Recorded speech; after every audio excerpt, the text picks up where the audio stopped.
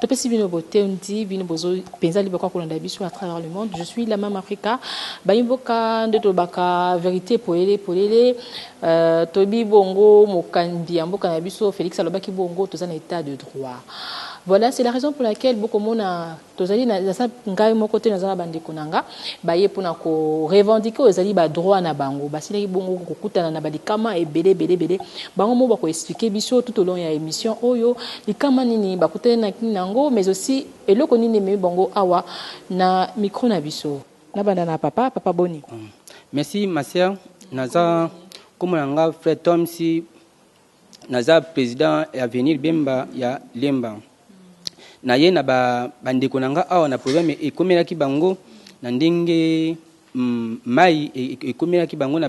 bandako bana bakufaki ba perdre biloko ezaki quand mais quand on expliquer biso nazala très calme expliquer biso ezaki quand pe ezaki na mbula nini parce que mbula eleke belé peut-être ça fait 1 an ça fait 2 ans expliquer biso très bien bon et sali no ba 2 semaines 2 mois yango tokende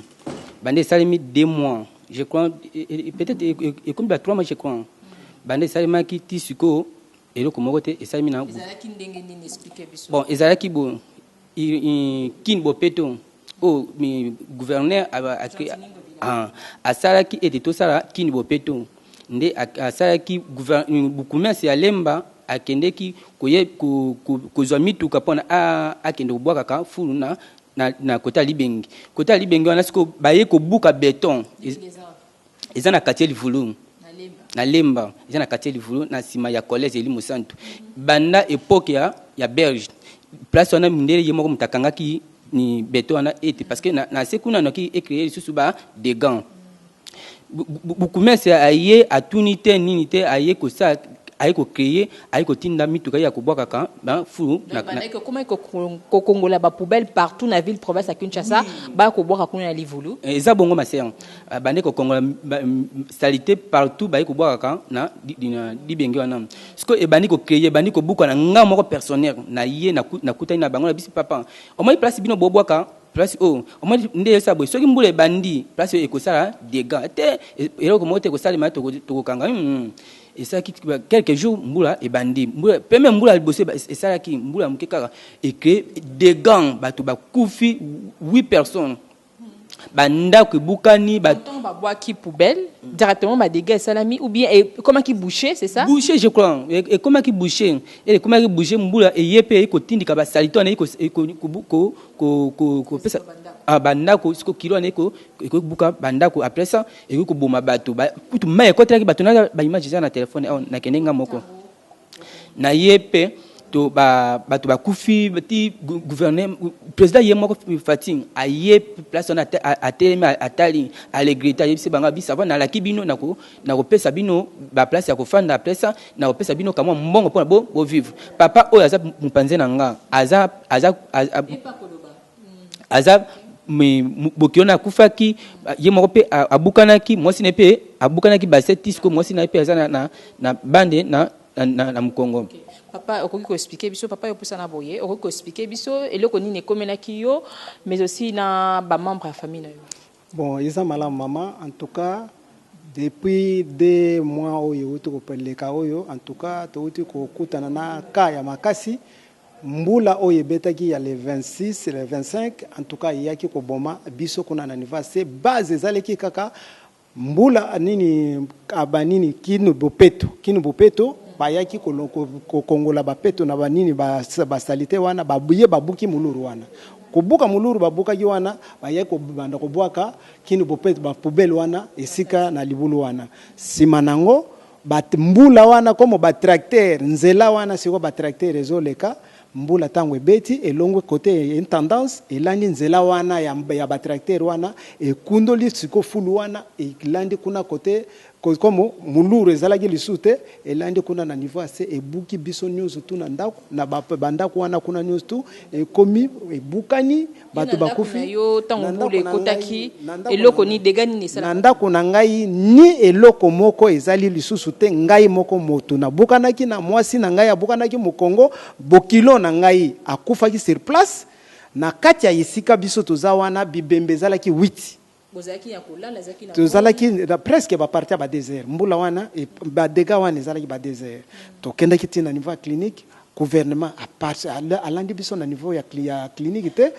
biso moko bundi kaka ti na ndenge toza boye toza ya kobunda po maladie eza toujours na kati ya nzoto jusqu'à maintenant suite moko eza te toyaki komona ke bazokobimisa bibembe wana tokanisaki ke bakoannonce biso ke mutu kingani po ebembe na ye boye en tout cas baannonce biso te kaka ndenge wana batomoni ka baserkei bazwi bibembe bake kunda jusqu'à maintenant toyebi te na bandako na bango ya bakonzi na biso soki mutu akufi basalaka matanga obie basala matanga te toyebi te jusqu'à maintenant batiki biso ka ndenge wana na batu bandeko na biso bakundi bango ndenge wana bailaki biso pe eloko moko te ti siko tozozela bango baya koyebisa biso tosalama matanga ekoko salama obi ekoki kosalama te. Mais yo lobi na toko yo ko na début de konzolo ke yo bokilo na yo akufaki sur place. Mais tant bomona ki akufaki bino moko bozwaki ebembe wana te. Bokonzi ya mboka zalaki wana lobaki bieke bibembe nyonso tu oyo ekende na niveau ya morgue. Yango wana batokaki bibembe nyonso tu wana bakendaki nango na morgue ti esali presque un mois na 2 semaines na ndenge baye kokunda ezate ke soki bapesa biso ke bino moko bokunda bibembe na bino tolingi to cascade tolingi to mona ndenge tozobunda pasi oyo ya hôpital ndenge pe tolingi to luka moyen ya kokunda mama. Maintenant par rapport à l'état de santé na yo oza siko ozongi en forme te siko naza nakata ko souffrir kaka pona juste traitement penza malonga te naza toujours na kati ya souffrance madame tisiko azali na ceinture na nini moyen atambola ezate ya bokani vaccin jusqu'à maintenant gouvernement tisiko yo suite moko ezate. Papa yo problème nino ememio awa so ko expliquer penza to monde za trop jeune moza parmi délégation et awa pona koluba problème ni komelio. Bon pona koluba problème komelinga na yeko déclarer devant bino de bino nde balobeli na biso bo me ko pe ko tambusa lingi wana partout bamona biso en tout cas partout dans le monde en tout cas boyo ko lela bande ko na bino ba congolais au gouvernement état congolais azo faire ko saboter bande ko naye era kendaki parlement ezande biso ba to tindaki akende lokola mutu oyo biso to tie délégation na biso pour que en cas de quoi ande mutu akosunga biso nde yewana azo kipe biso te eloko même biso awezake pasi eleki pasi en tout cas eleki pasi eleki dans ce sens to mbula ebetaki kaka ndengo yoki ba uti ko lobake mbula ebetaki mbula wana ezate ke biso bato kena ko fongola nzela wana non ba yaki ko lancer service bopeto pona kini bopeto ya Jantiningo bila Kinshasa ne ba kendaki ko sala recherche ba kenda ko se retrouver fulu na quartier Livulu commune Alemba ça ya partout ba kenda ko bwaka ngokuna na oui ba kenda ko bwaka ngokuna ba kenda ko bwaka ba kutaki ngo déjà ba bongisa déjà kala depuis à l'époque ya ba belge ne ba chaka beto wana na ba beto wana ba chaka bango ba ye balongoli babuki beto wana basaki betite avant ba banda boka ba poubelle wana ngai na yo moyen to yeba ezate nde babuka ki beto wana babuki beto wana bandi ko bwaka ba poubelle na bango presque na yebiso par jour 300 personnes ya bene banda ko kota ko bwaka poubelle côté wana basilisi elekaki quand même une semaine te mbule yeko beta mbule j'espère bandaki ba iner mbula de gars ebomi bato na j'espère ezaki 2 heures juste nde bato bayaki ko kufa bon à part ça wana bato bakufi to bimisaki moi méthode moko to appliquer biso to zo bibembe bato na bato ba mikunda l'état ya lobi non bibembe ndeza boye eza binote comme ya l'état ndongo mona ki bato na bato bakenda o tcha bibembe na morgue bon ya ngai problème e komela ki ngai mona nakite ya yo zaki ni expliquer biso bon ya ngai ezalaki la même désert wana mbule ere bandi ko beta bon mbule e bato bandi ko crier bokima nde na mekaki ko bimana na ndako na bimana mwana ta ezalaki te ne ndako ebandi ko bukana na bimisaki mwana ya muke ya bebe nazo zongela mibale bon ya liboso azalaki ya 3 ans nde yango ye wana mutakufi atikali ya 9 mois atikali yo akokisa ya 9 mois na lelo non bisanga non pose qui responsable oui famille tango yo moni mbula bato bazobela bobima yo za na bana mibale osala kini ide nini elaki yo bon ko bima wana babanda ko beleza te ke no eza musika si ebandi deja kokota na mapango ya bato si tozalaki na pongi tozalaki ya kolamuka te tozalaki na pongi na weleli ko bimisa ya mkolo na pesi mutu azalaki libanda akimi na ya leki akimi na nazo zongela ya yande na ndako hein nde yaki ko zipa biso na madame en tout cas Dieu grand biso to zwaki ba choc te to kundamaki kaka mwana nde muto akundamaki ya mona nakite OK bino bo kundamaki mais abat ba ko sala au secours nde to car le même jour wana na butu wana to bani ko crier nde bayaki ko bimisa biso bayaki kaka mwana ka nde muto amona nite. C'est avec beaucoup de larmes aux yeux. Comprenez mon émotion. Très cher internaute, vraiment Boyoki. Il a adressé un mot au gouvernement. Je ne sais pas, un gouvernement, papa gentil Ningobila. Aujourd'hui, initiative, il y a malin, mais on sent la kin boupeto. Mais la première des questions que j'aimerais bien vous poser, tant aujourd'hui, initiative, wana. Ok, roboka ba poubelle, il y a vite province avec une chassa mobimba, kuna na lemba. Est-ce que vous avez un mécanisme, surtout pour qui bossé des études que tout to bois qui awa, batu bazalaka awa te, même si ceux qui ba dégâts à boissé la makite be poubelle. Du fait que memango proche na population, au longo longtemps msus a na gombe, ok nango kuna na lemba nini, na livulu. Est-ce qu'on a batu ba vivre raté,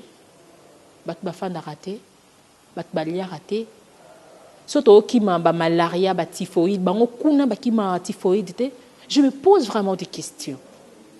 bango bazan na droit ko vivre te il faut que même ma poubelle wana ti kuna bisika batu ba fandi ba parents ba fandi bana ba fandi botongo proche à la population tala ce que ba dégâts à boyer. C'est avec beaucoup de douleur. Tout le monde a bambo comme sous bazo ba déchets wana ba poubelle wana bazo ko transformer en gros. Et zo ko biloko mususu ba tona ba machine ba transformer en gros. Ba mususu tout le monde na Chine ba osala ba na Inde si je me trompe pas. Ba ko zo ba matière wana ba ko tongo ba ko lamba ngo yango ba osala ba makadam. Ben je me pose la question. Toza ou wapi? Koto mususu ba vivaka koto mususu ba vivaka te. So yo longol tam so yo fana na gombe longol tam so na gombe o ko boka on a livulu mais il fallait otala nanu bat bazana vraiment maloba bande ko na biso ba lobby et kende ka na mon ppt mais bozo conscience toza bato oyo na français balobaka tout coule tout